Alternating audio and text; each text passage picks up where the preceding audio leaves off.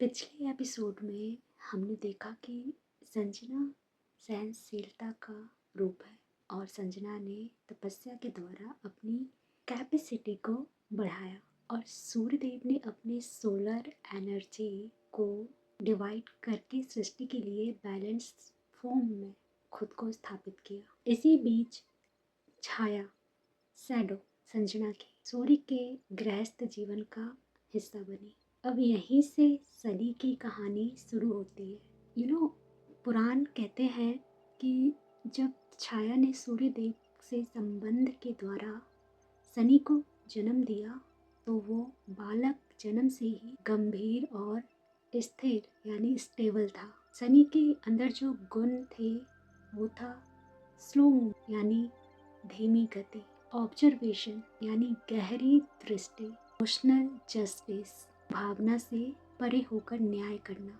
ये गुण उनमें बचपन से ही थे और ये कोई दुर्घटना नहीं थी, एक कॉस्मिक रिक्वायरमेंट थी। क्योंकि सूर्यदेव रोशनी देते हैं लेकिन रोशनी के साथ नियम ना हो तो सृष्टि बिगड़ जाती है। ये दुनिया सारे नियमों को तोड़कर एक ऐसी दुनिया बन जाएगी जो कभी किसी ने नहीं सोचा। इसलिए पुराणों में लिखा है कि जब सनी का जन्म हुआ उन्होंने अपनी माँ छाया की ओर देखा। बहुत अजीब है बट ऐसा हुआ कि बच्चा जन्म लेते ही अपनी माँ को ऐसी दृष्टि से देख रहा है जिसे देखकर कोई भी गंभीर या डर जाए। ये दृष्टि बहुत शार्प नहीं थी बल्कि नेचुरल कार्मिक एनर्जी थी जो उनकी आंखों में साफ साफ दिखाई दे रहा था। इसी दृष्टि से छाया का शरीर स्थिर हो गया यानी कमजोर हो गया। उनकी तपस्या का फल प्रकट हुआ। इस घटना से सूर्यदेव को पहली बार एक बहुत ही डीप मैसेज मिला और वो ये था कि ये बालक कर्म के नियम को लेकर आया है। इस बात को समझने में सूर्यदेव को जरा सी भी देर नहीं हुई और यही बहुत बड़ा मिसअंडरस्टैंडिंग कहिए या भ्रम कहिए ये है कि सूर्य और शनि शत्रु हैं। बट पुराण सच बोलते हैं ये कभी शत्रु थे ही नहीं, कॉम्प्लीमेंट्री फोर्सेस यानी एक दूसरे को पूरा करने वाली शक्तियाँ हैं।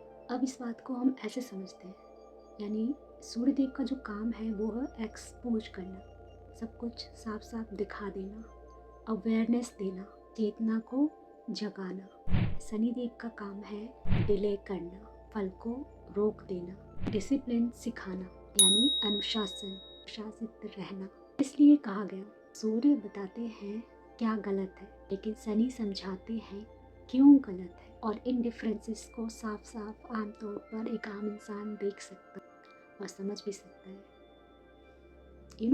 डिले सिस्टम जन्म कैसे हुआ ये भी एक बहुत इंटरेस्टिंग फैक्ट है। शनि ने सूर्यदेव से कहा अगर हर काम का फल तुरंत मिल जाए जीव सीखेगा ही नहीं। इसलिए शनिदेव ने डिले को नियम के साथ जोड़ दिया या एक नियम बनाया। ये डिले कोई पनिशमेंट नहीं है बल्कि लर्निंग पीरियड है, सीखने का समय है। सूर्यदेव ने इस नियम को स्वीकार किया, एक्सेप्ट किया और इस फैक्ट को हम अपनी लाइफ से जोड़कर देख सकते हैं और ये हर किसी की लाइफ में परफेक्ट फिट हो जाता है। आगे चलते हैं क्योंकि वो समझ गए रोशनी का काम दिखाना है, जलाना नहीं।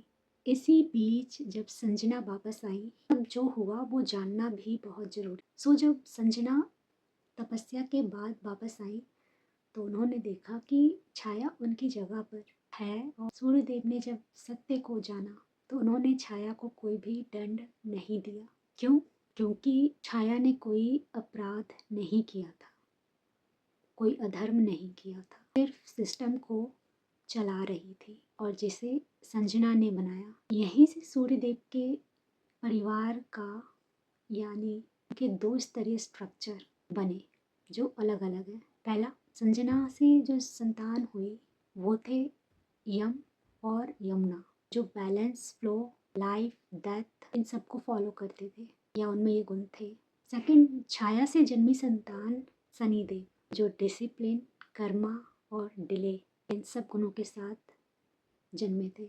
और अगर यम, शनि और सूर्य इन तीनों का कंप्लीट ट्रायंगल देखा जाए तो सूर्यदेव जो सब कुछ देख सकता है। यम जज न्यायकर्ता जो फैसला करता है। सनी एग्जीक्यूटर, नियम को लागू करवाने वाले या करने वाले। इस ट्रायंगल के बिना कर्म का सिस्टम अधूरा होता है। इसलिए पुराण कहते हैं सूर्य बिना शनि के आधा है, शनि बिना सूर्य के कठोर है और यम बिना दोनों के अन्याय कर सकते हैं। सो अब इस पूरी कहानी का सनातन मैसेज या कोर ऑफ एपिसोड देखते हैं, जानते हैं। सूर्यदेव सिखाते हैं अवेयरनेस दो, इंटरफेरेंस नहीं। शनि सिखाते हैं कॉन्शियस क्यों अवॉइड नहीं होता, सिर्फ डिले होता है। और दोनों मिलकर सिखाते हैं जस्टिस तभी काम करता है जब वो न्यूट्रल हो। अब आप समझ गए होंगे कि ये ट्रायंगल क्या है और ये लाइफ में हमारे कैसे वर्क कर रहा है। इसी के साथ अगले एपिसोड में हम देखेंगे सूर्यदेव और यम का रिश्ता, मृत्यु का नियम कैसे बना, क्यों सूर्यदेव जीवन और मृत्यु दोनों के साक्षी हैं। तब तक के लिए स्टे ट्यून विद अस।